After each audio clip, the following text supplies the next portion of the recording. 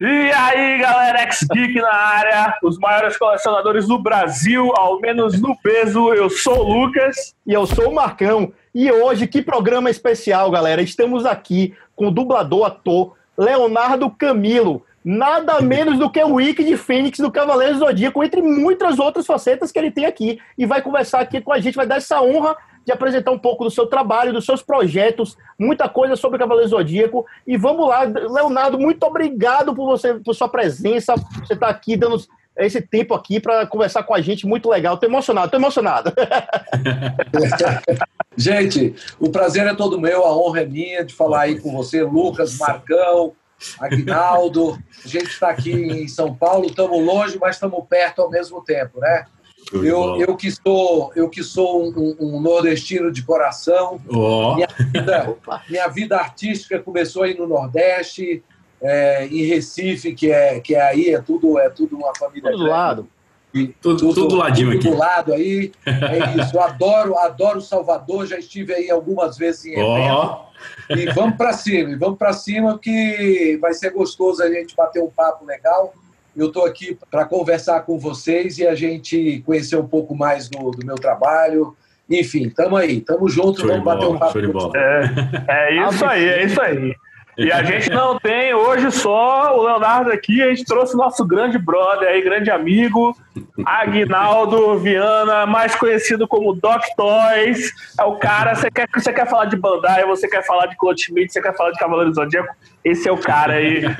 Aguinaldo, valeu, meu velho, muito obrigado aí também, meu velho. Eu que agradeço o convite, rapaz, de estar com vocês mais uma vez, né, que a gente já fez uma entrevista lá atrás para falar sobre essa coleção aqui.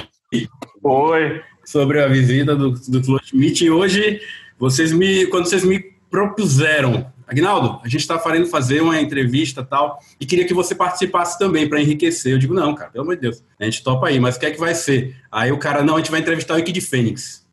Que, rapaz? Vocês vão falar com o cara, vocês vão trocar ideia com o cara, pô, eu topo demais, velho, topo demais. Vai ser um prazer, uma honra de estar justamente batendo papo com vocês e acompanhando ao vivo isso aqui. Pessoal, vou aproveitar essa brecha, porque tem muito assunto aí, muito legal para discutir. E vou pedir para vocês, não deixem de se inscrever no nosso canal. A gente está fazendo várias campanhas e promoções. Vamos sortear peças de colecionismo aí para bater as metas de 10 mil inscritos no canal, de 20 mil inscritos no canal. Então fiquem ligados aí que vai rolar a vinhetinha logo depois.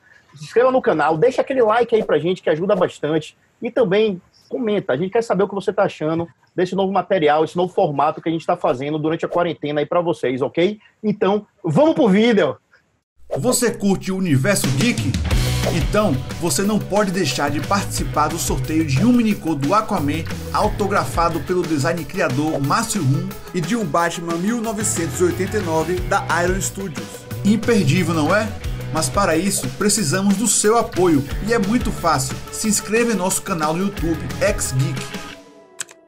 Quando chegarmos a 10 mil inscritos, iremos realizar o sorteio. Ô Marcão, vamos dobrar essa aposta aí? Se bater 20, a gente manda pro sorteio a peça mais vendida da Made na época. E quando chegarmos também a 20 mil inscritos, iremos realizar o sorteio de uma estátua 1/6 da Made Studios.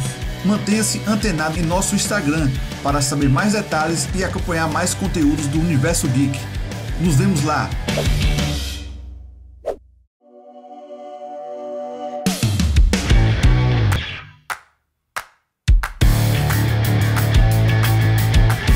Antes de tudo, eu queria ouvir aquele, por favor, claro, né? Eu queria ouvir aquele Ave Fênix bem... Eita, pau!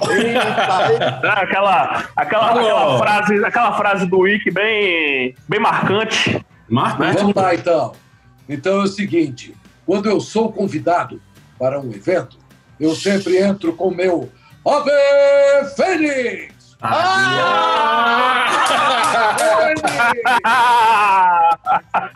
Sensacional!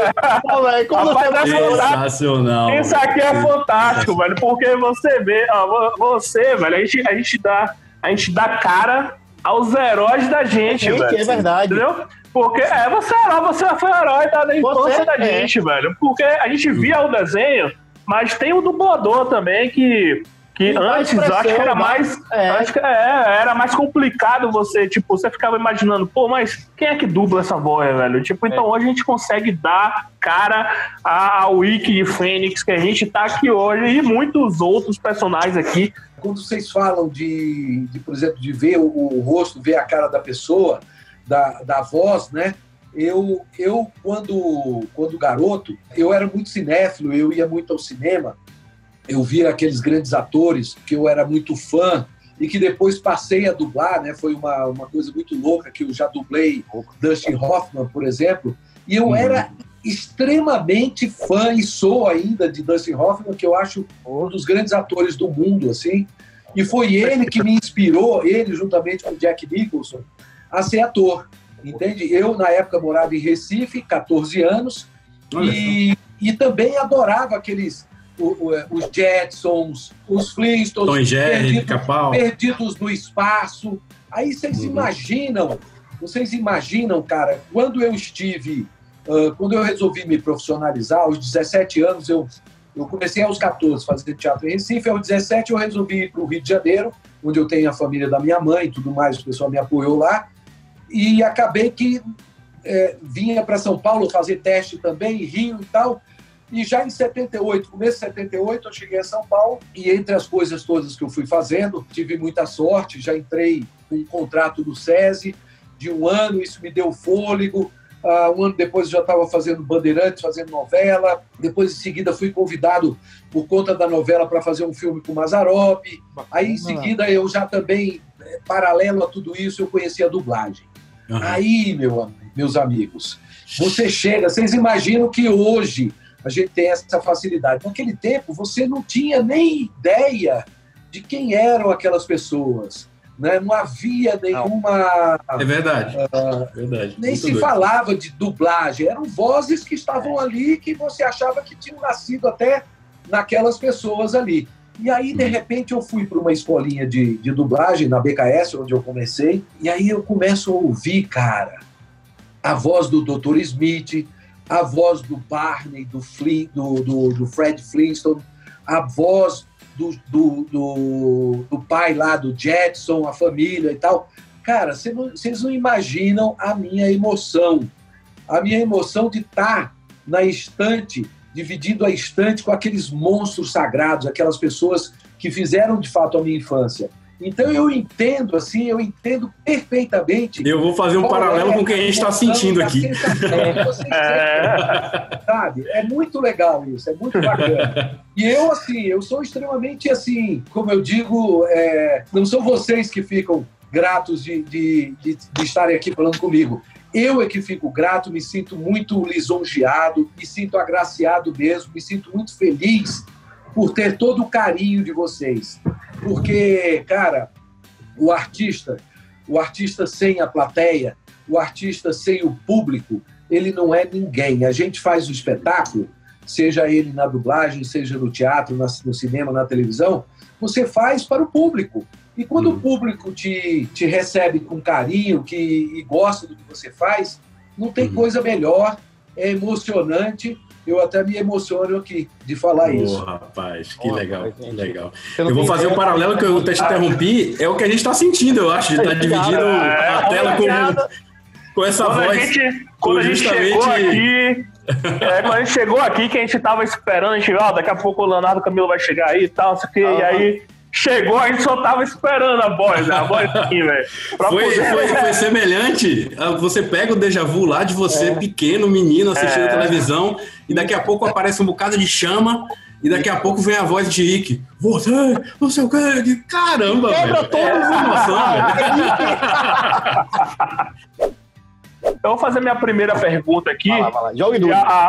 O Ave Fênix aí já arrebatou todos os corações aí de todo mundo aí. Você dublou o Wiki nos animes, né? Você dublou o Wiki no game, Os Cavaleiros do Zodíaco, dublagem também no filme, né? A Lenda do Santuário, na Netflix também agora. Eu queria saber se tem alguma diferença quando você sai de um anime para um desenho, para um game, né, com relação à dublagem, né? Se existe alguma diferença nisso aí, o que é melhor para o dublador fazer? O que muda no caso, por exemplo, de Cavaleiros do Zodíaco especificamente, com a visibilidade do desenho, a responsabilidade aumenta.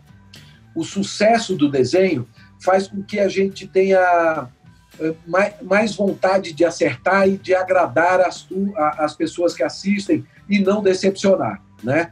Eu que dublei a série desde o início, fizemos a redublagem nos anos 80 na Alamo, para ter um cuidado maior, inclusive, com a questão do texto, porque houve um problema de tradução, porque o trabalho já era feito, já vinha dublado em espanhol, então já vinha com alguma corruptela, alguma coisa diferente em relação a golpes e não sei o quê. Aí isso foi traduzido do espanhol, então aí ficou mais diferente ainda. É aquela história de contar no ouvido e quando chega no 10º já é outra história diferente. E aí já a pedido dos fãs e tudo, foi que houve a redublagem já com todo o cuidado, com o tradutor que conhecia muito bem o trabalho e que acompanhava a dublagem para dizer, olha, isso aqui não pode ser dito assim, o cavaleiro fala assim, esse golpe é esse tal e tal, e foi consertado tudo isso, felizmente. Aí depois vieram os filmes para desenho e tudo, os desenhos, né? E aí, cara, eu confesso que eu me espantei um pouco com a mudança do traço. Inclusive, quando eu fiz o filme para cinema lá, houve uma mudança radical no traço e também eu nunca tinha imaginado que o Ike de Fênix iria... Eu fiquei esperando o meu golpe, né? Fantasma de Fênix, o Ave Fênix, e ele disse assim, Ave Fênix, golpe fantasma de Fênix. Vocês lembram disso? No filme. Ele muda a entonação, é mesmo. Isso, eu juro que eu tive dificuldade de fazer. É na Lenda do Santuário, ele muda a entonação, ele vai mais trevoso, mais dark, mais... Ele nem grita o golpe, ele fala aqui baixo. Eu tive uma dificuldade imensa, porque eu falei, não, peraí, tem que falar Ave Fênix! Muito melhor. Agora, você tem que se transportar, né? Porque você faz milhares de personagens e durante um dia, como eu falei para você, às vezes trabalha 5, 6 produções diferentes. Então, até para ilustrar isso, digamos, eu dublo o Bruce Willis, aí o Nicolas Cage. Aí o cara diz assim, olha, esse cara aqui, meu amigo, então ele é dublador, né? Fala, me apresentando. Aí o cara diz, é mesmo? Ele diz, é a voz do Nicolas Cage e tal. E o cara, porra, que legal! Então faz a voz aí do Nicolas Cage pra mim. Eu falo, olha, em primeiro lugar, é essa minha voz mesmo, não tem como botar outra. Mas aí é o seguinte, o diferencial é no filme, é cada filme. Então, se é Aprendiz de Feiticeiro, ele é um cara das antigas, que fala mais rasgado, não sei o quê. Se é a Cidade dos Anjos, ele é um anjo, ele é um cara que fala suave e tal. Se é o Senhor das Armas, é outra coisa. Se é Kick-Ass, que ele é um bandido, é outra coisa. E assim vai. São os personagens que dubla. Então a gente vai mudando a voz de acordo com o personagem, não é de acordo com o ator. Eu não posso ter uma voz só para todos os filmes do Bruce Willis, para todos os filmes do Pierce Brosnan. Né? Tem que ser o trabalho do ator, você se transporta. Aliás, a melhor dublagem é aquela que você consegue entrar na alma daquele personagem de uma forma tal que depois que você assistiu o filme, fica até difícil de você lembrar se realmente aquele filme estava dublado ou se ele estava no original. Sim, entendeu? Perfeito. Você consegue abstrair. E aí, essa é a melhor dublagem. Na construção de voz, e aí eu vou te perguntar do Ike, porque nesses dias eu fui ver, você dublou o Milo também, um pouquinho, Escorpião. Legal. E aí eu tomei um susto, eu digo, caramba, foi procurando uns vídeos seus, eu digo, ué, ele dublou também? E aí eu vi, caralho, é a voz do Leonardo mesmo? Só que a do Ike tem ferocidade, tem um peso, tem um cara que sofreu. Quem define isso? Aí é do processo mesmo de dublagem, a curiosidade. É o ator de voz, que é você? Ou é o diretor? Ou já vem algo que desenhado? Como é que, por exemplo, como é que foi essa construção da voz do Ike? Exatamente. Olha, existem várias formas de você chegar a um personagem e tal. Um deles, por exemplo, é quando já vem, no caso, por exemplo, da Disney. A Disney, ela cria uma voz original lá e ela exige que as vozes, no mundo todo, não é só no Brasil, em qualquer lugar do mundo, é uma fidelidade. O ator, o dublador que seja escolhido, ele consiga chegar exatamente na voz que foi criada nos Estados Unidos. Então, o Pato Donald vai ser o mesmo, os personagens todos têm que ter a mesma criação, o Mickey e assim por diante. Quando são outras produções que não têm essa exigência de você fazer como nos Estados Unidos, exatamente igual, a tendência é a gente ir no que está lá, mas mais como inspiração do que como uma imitação da voz original, não é? Foi assim, por exemplo, que eu criei a voz do Barney, aquele dinossauro roxo. Verdade. Que a criançada toda aí já passou por ele, todo mundo gosta. Então, ali foi muito mais inspirado, por exemplo, daquele cara grandão, aquele dinossauro bonachão, bonzinho com as crianças, e ele quase um crianção também. Então, veio aquela voz assim. Eu amo vocês. Sensacional, sensacional, velho. Mais ou menos assim. Vindo, então, no caso do Cavaleiros, quando você vai fazer, aí você ouve, se você ouvir a voz do japonês, não tem nada a ver, porque eles têm um timbre que eles não é diferente. Isso que eu acho interessante, a dificuldade. O espanhol também não te dava nenhuma referência assim. O que eu fui mesmo foi a coisa... poucos sabem, por exemplo, eu sempre fui muito fã do He-Man, né? Legal, Então, aquela voz poderosa, redonda, do meu grande amigo Garcia Júnior, que eu conheci pequenininho fazendo pica-pau. Caramba! E aí o Garcia Júnior foi crescendo e aquela vozeirão dele, que ele puxou do pai dele, o Garcia Neto, e aí eu assisti muito e gostava muito do He-Man, então aquela voz aqui.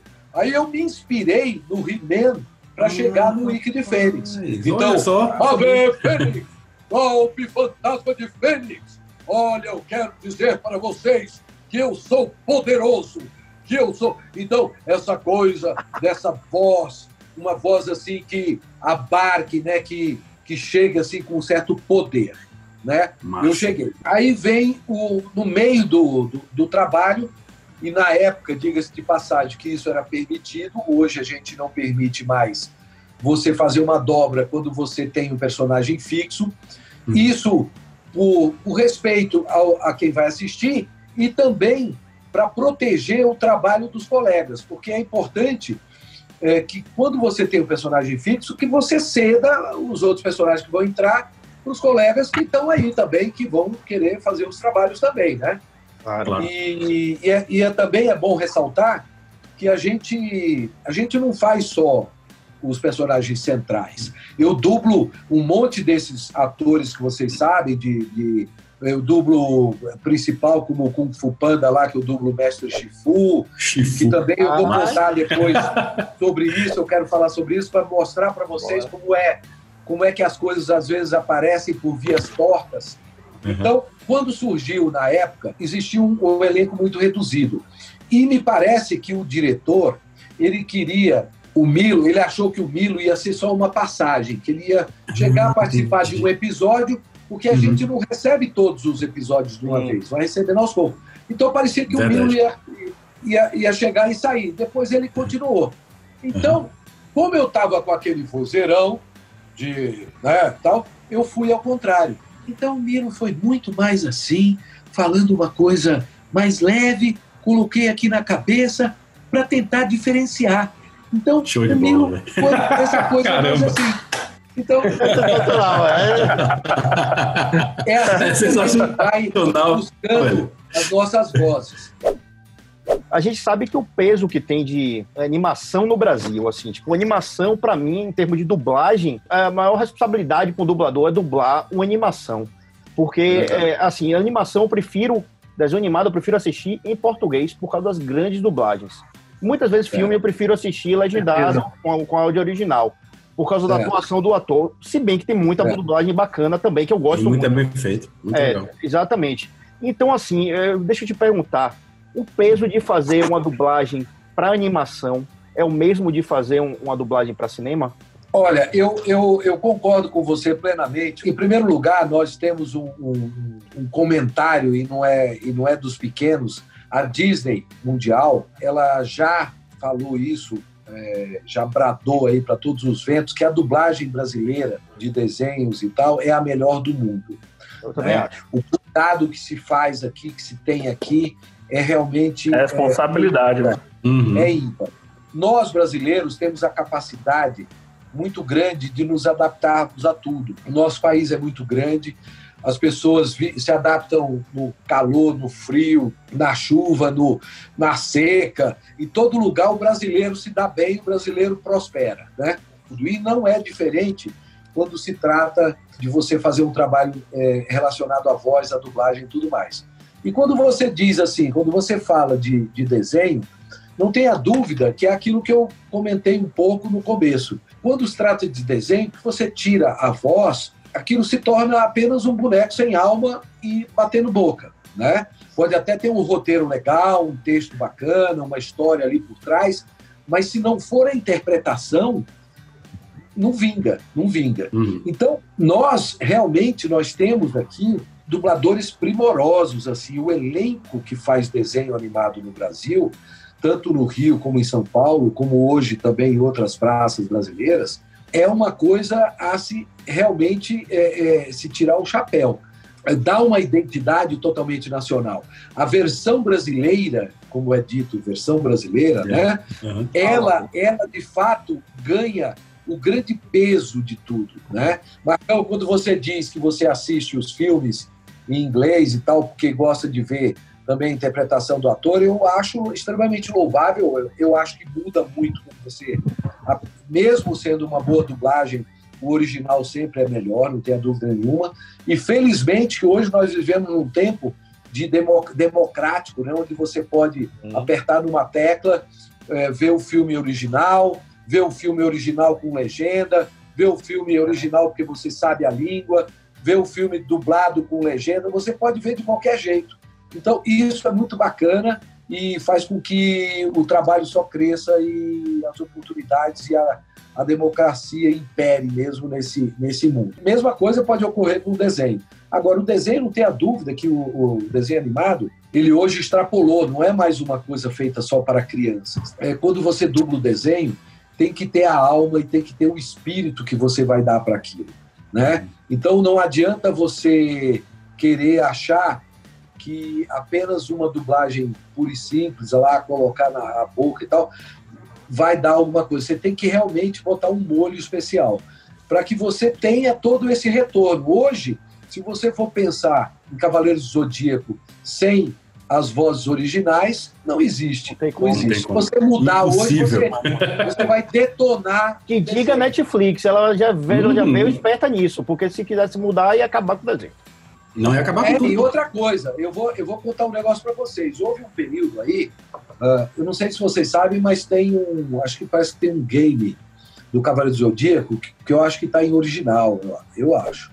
Tem um que não foi dublado, não. O distribuidor disso daí, ele perdeu a oportunidade, talvez tivesse até vendido mais. Ele entrou em contato conosco, como é um trabalho especial que nós já fazemos há muito tempo, e nós somos as vozes dos cavaleiros, nós temos um grupo hoje que reúne os 5 cavaleiros de bronze mais a Saori, onde a gente cobra um cachê especial para fazer qualquer coisa de cavaleiros hoje. O que é natural, uma luva para começar a conversar sobre o que a gente vai fazer.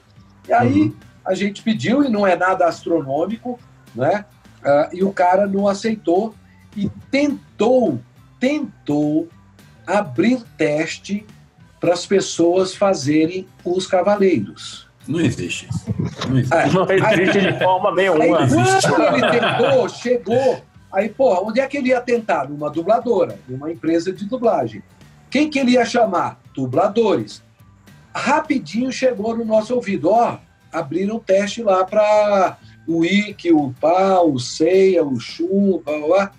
imediatamente a gente jogou na internet os 5 Cavaleiros mais a Saori, jogamos nas nossas redes e pedimos para a galera compartilhar. Cara, eu acho que em 1 hora esse Brasil todo já estava sabendo. E aí a galera começou a espalhar os canais, os fãs e tal, todo mundo falando, vamos boicotar, não tem como, não sei o quê. Com certeza.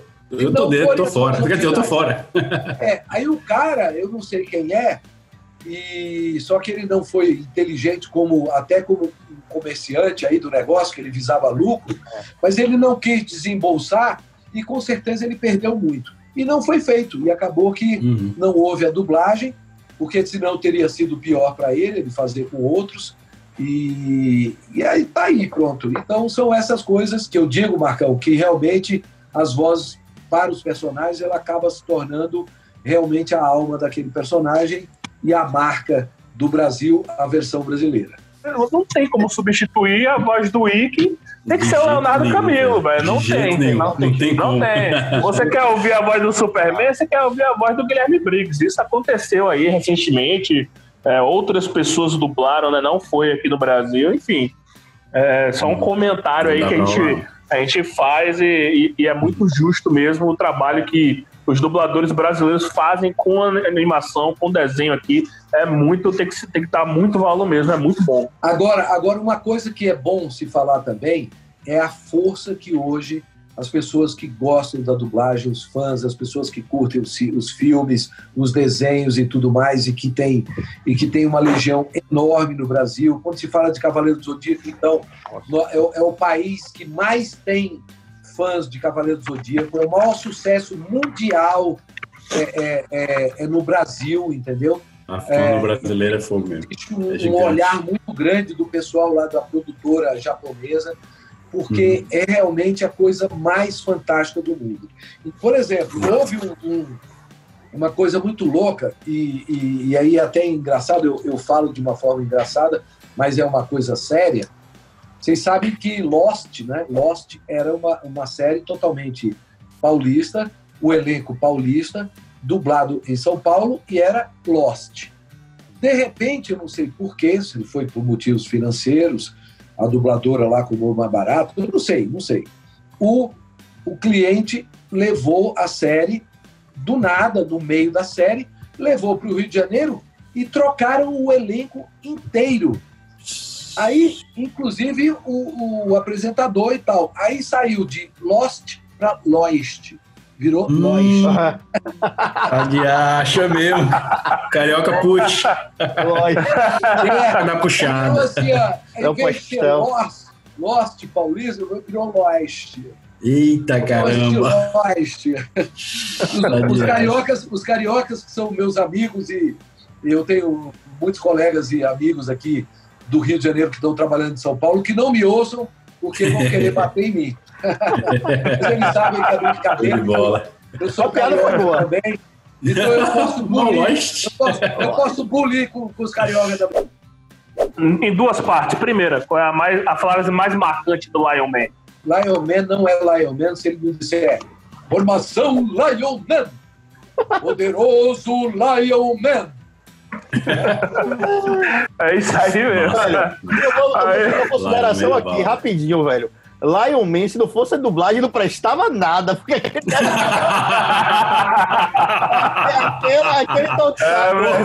Aí ele ganhou. Eu vou lhe dizer, realmente Lion Man é um exemplo, viu, o Marcão, do trabalho que melhora na versão brasileira. Muito melhor. Sim. Nossa. Sim, com certeza. É sério isso. É impossível, se não for. Um leão samurai que anda por um deserto, parecendo um filme de faroeste nos 80, certo? o cara se transforma num bicho de pelúcia, né? Isso. Joga aquela fumacinha na frente e faz... Eu acho assim, cara, extremamente legal, assim, porque a produção é numa época que não existia efeito, né? Não existia efeitos especiais, era tudo tosco mesmo. Então você imagina, hoje tem a computação gráfica. Naquele tempo, cara, o cara botava o sujeito ali dentro daquela roupa de pelúcia, ficava ridículo. Aquele cara sofreu, velho. Aquele cara sofreu, velho. Você quer ver disso aí? Eu tava assistindo esses dias que voltou a passar, não foi Jaspion e Jiraiya Inclusive em Jiraiya, o Leonardo tem alguns vilões, se eu não me engano. Ele faz a dublagem de alguns vilões de Jiraiya. E aí, eu tava falando com os brothers, velho, eu digo, rapaz, essa maquete aí, você tá vendo que os caras tá balançando a maquete. Isso é sensacional. Abstraia. Essa tosquidão é muito legal, velho. É muito louco. Agora, eu fiz muita coisa, porque Jiraiya, Shenzhen, tem outros lá, que foi mais ou menos na mesma época que eu dublei lá o Lion Man, né? E aí, cara, também era outro produto, que é inclusive antes de Cavaleiro do Zodíaco, sim, né? Sim. E naquela época não se chamava Tokusatsu, pelo menos talvez fosse o nome lá no Japão, mas aqui para nós não se chamava Tokusatsu.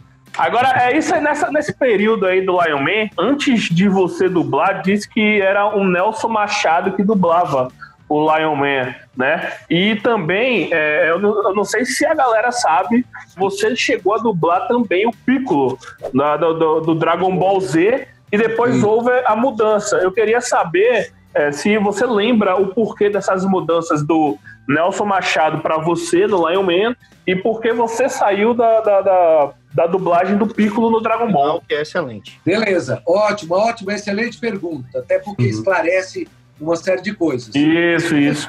Eu estava despontando como dublador na época, eu tinha feito algumas coisas, inclusive mais na BKS, e eu estava com uma série, a minha primeira série grande lá que eu estrelava, que chamava Lobisomem Americano, que não foi uma série de muito sucesso, onde eu era jovem, eu tinha 20 e poucos anos, menos que 30 anos, veio um pessoal que era o Líbero Miguel e a Anaí Silva fazer uma participação na minha série. Que eles, ficaram encantados com o meu trabalho, com a minha voz, que me levaram para a ala. Eu gostava muito de dublagem, mas eu fazia novela, fazia teatro, fazia não sei o quê. Então eu me dividia muito assim, no meu trabalho. E aí veio a oportunidade de fazer o Lion Man, onde o Nelson Machado fez os 9 primeiros episódios. E aconteceu o seguinte, o Nelson tinha assinado um contrato com a TV Manchete, onde ele fazia o Café do Barata, que era aquele Agildo Ribeiro, aquele grande humorista brasileiro. E o Nelson Machado, ele fazia também lá no Rio de Janeiro, onde ele tinha um contrato que rezava que ele tinha que ficar uma semana gravando lá no Rio de Janeiro e uma semana ele ficava em São Paulo, uma semana no Rio e uma semana em São Paulo. E a dinâmica do trabalho, que tinha que entregar, que o cliente precisava dos capítulos e tudo mais, não estava batendo a agenda dele, e aí começou a ficar inviável o trabalho para ele. Então eles conversaram com o Nelson, me passaram o trabalho, me explicaram isso. Eu, como sou um cara extremamente ético, eu não faço trabalho de ninguém, eu procurei o Nelson, liguei para ele e falei, Nelson, aconteceu alguma coisa e tal? Ele falou, não, realmente eu não vou poder fazer por conta disso, que eu tenho que ficar uma semana no Rio e o trabalho tem que ser dublado. Faz tranquilamente, porque eu realmente abri mão por incompatibilidade de agenda e eu tenho um contrato com a Manchete e não posso quebrar esse contrato. Eu, então, ganhei o Lion Man. Foi assim que aconteceu. O Piccolo teria sido um trabalho que eu estaria fazendo até hoje, porque quando se fala de Dragon Ball, até hoje está sendo feito. O que é que acontece? No final dos anos 90, eu adoeci muito. Adoeci por estresse de trabalho, porque eu sempre fui muito workaholic. E eu nunca rejeitei trabalho, principalmente quando se relaciona à minha profissão, porque a minha paixão era tão grande de fazer isso, quando eu era garoto, que eu queria ser um ator profissional, que eu jamais iria ficar fazendo corpo mole, assim, sabe? De agora que eu estou trabalhando, não sei o que e tal, eu vou recusar. Então eu trabalhava, eu dirigia, eu dublava, eu tinha séries e tal, eu tinha uma agenda lotada das 8 da manhã às 10 da noite, todos os dias. E eu fiquei com uma depressão e tal, decorrente disso, e eu tive que me afastar por ordem médica. Aí fiquei durante 3 meses, foi um período até que houve um hiato, muita gente não sabe, mas houve também um outro cara que fez o Barney Dinossauro, e depois que eu voltei, depois de um tempo, eu voltei a fazer o Barney. Mas o Piccolo, até o Luiz Antônio, que é meu grande amigo, irmão, ele tentou dizer, Léo, você voltou, eu voltei 3 meses depois, ele falou, cara, voltou, o papel é... Eu falei, não, faz aí, continua você fazendo, é teu agora e tal, não tem problema nenhum, eu só fiz 8 ou 10 ou 15 e tal. O mais interessante... Então, essa é a explicação também por que eu acabei não fazendo o Piccolo, porque o trabalho tem que continuar. Não pode esperar pelo cara que adoeceu, entendeu? Não pode esperar pelo cara que tem um contrato lá com a emissora de TV. Então, isso é a justificativa de muitas vezes você acabar sendo substituído em algum trabalho.